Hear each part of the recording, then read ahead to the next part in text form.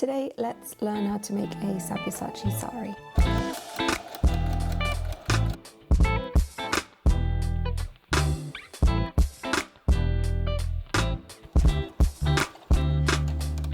Hello. I just wanted to introduce myself quickly as part of my first YouTube video. My name is Bhavina and I have been doing arts and crafts for the best part of about 20 years. And in that time I have amassed quite a few projects, a lot of skills, which I felt was time to share now. So if you're interested in crafts or you just want to see whether the things that I start actually get finished, then stick around. For those of you who are not familiar with Sabyasachi, he is an Indian fashion and jewellery designer known for his super intricate detailing. And while I was browsing his website, this piece in particular caught my eye as something that I might be able to have a go at. It looks like it's made of some kind of chiffon or georgette material with a thin black border and black motifs all along its length. I found this sari material on Vinted to Upcycle. However, you can also use 6 yards of any chiffon or georgette fabric for this piece. For the edging, I used black bias binding tape in a satin fabric. Bias binding is often used to finish edges without the need for turning or hemming the fabric. You'll need about 15 meters just in case to complete all of the edging. Essentially, you sandwich the fabric between the bias binding tape. Make sure to match up the edges so that when you're sewing you catch both sides together.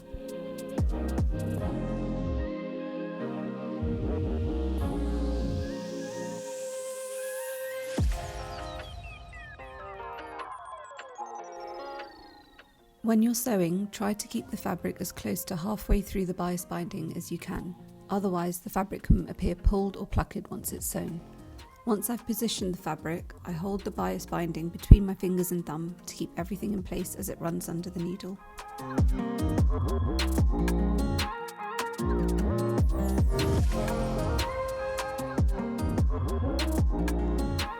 Here it is once it's finished, and as you can see, it's pretty neat on the back too.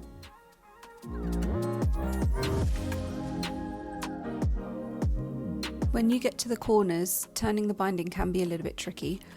I found the best way is to pinch the edge and then to flatten the tape at 90-degree angle and then press down the free flaps.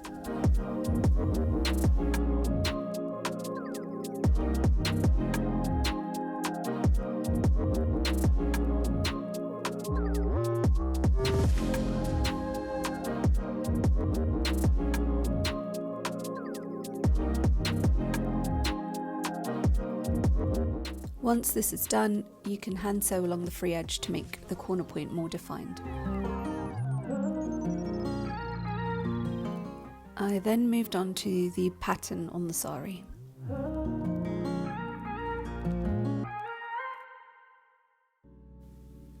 My fabric had a repeating floral pattern, so I found the centre flower and used a satin stitch to define this in black.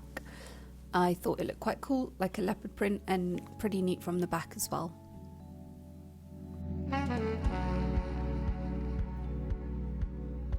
For my embroidery, I often use DMC embroidery thread, and for this piece I used a black thread and separated 2 strands.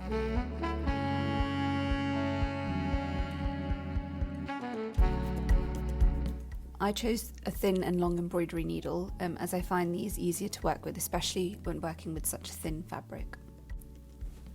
This part is for those who haven't tried embroidery before. I threaded through both threads at the same time, and a quick tip is not to do this after having 2 cups of coffee. It's hard enough without the extra shaking.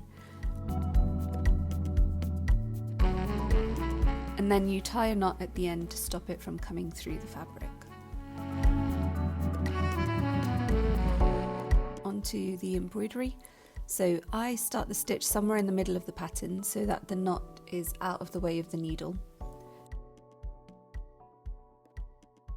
With satin stitch, it's kind of like colouring in the lines. You go in through one side of the edge and out through the other to fill in the middle space. One tip is to try to not pull too hard on the thread, as the fabric will pucker, and if this happens then just pull either side of the fabric to loosen the thread straight after.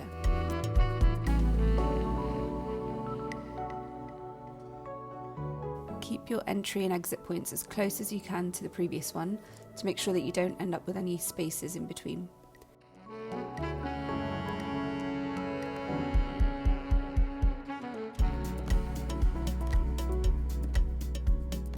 Satin stitch is a real labour of love, and you can choose to fill the space with sequins or beads instead.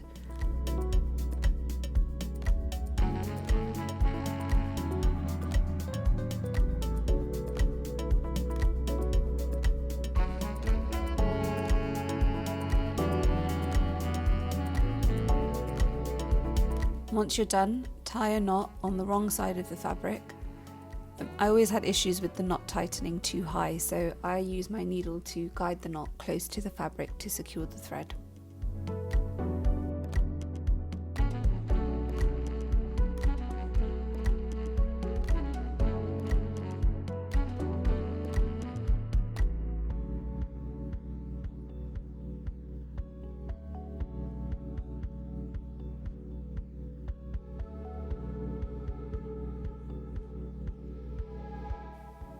Finally, I added a beaded tassel to the free edge of the sari. This is one I found on Etsy, and it adds a little extra weight to help the sari fall well. Pinning this to the bias binding first can help to secure them together for the first few stitches, because it will be hard to hold them together.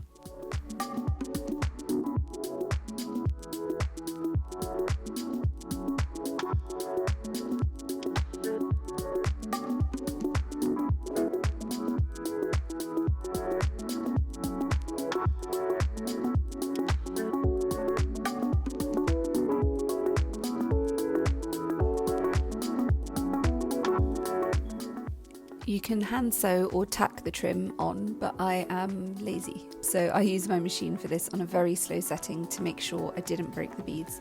And then again, I used my fingers to press everything down so I didn't have any slipping of the layers.